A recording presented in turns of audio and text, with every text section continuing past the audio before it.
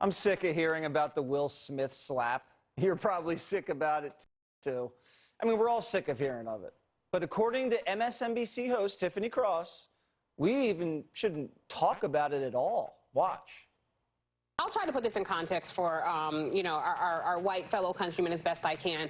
And really, truly, Black America, there is a commonality amongst us all. And if we went to a white person's home and it was their family dinner and we were sitting there at the table and the mother hauled off and slapped the father, and everybody at that table has an opinion. If I weigh in as the guest in this home and I say, yeah, you guys are terrible, everybody's like, I'm sorry, when did you get an opinion? This is our family table. That's what this moment felt like for many of us. And it is utterly ridiculous to center this conversation in the opinions of white folks. This is just about what happened there. The jumping off point should not be, oh, but what might the white people think about it? So let me get this straight. White people shouldn't have an opinion about Will Smith slapping Chris Rock? They're not just Black, they're celebrities. We buy their movies and stand-up specials. They're also Americans. What are we doing here? What else are we not allowed to have an opinion about? Are white people not allowed to have an opinion on Black Lives Matter or Black on Black crime? Should Black people not talk about hockey? Should country singers not have an opinion on hip-hop? How's this work? Should New Yorkers not have an opinion on people who live in LA? Should Pepsi drinkers not talk about Coke? And Tiffany, are you not allowed to talk about what Gutfeld and I say on the 5? I mean, that's our family table, right? She's ridiculous. Joining me now is Horace Cooper, author and co-chair of Project 21. I didn't know there were rules about what we were allowed to talk about and not talk about as white people, Horace. And I'm so glad Tiffany explained this to me. Well, it's great to hear about Racism 101 for the 21st century. I'm really kind of curious, if we'd been at a dinner like she described, and the mother hauled off, as she said, and hit the third grader, are you supposed to sit there idly by and say, oh, well, this is none of my business?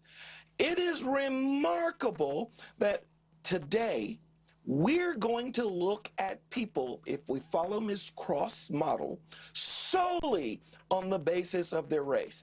How about if you're white, you just don't show up for any Will Smith's movies?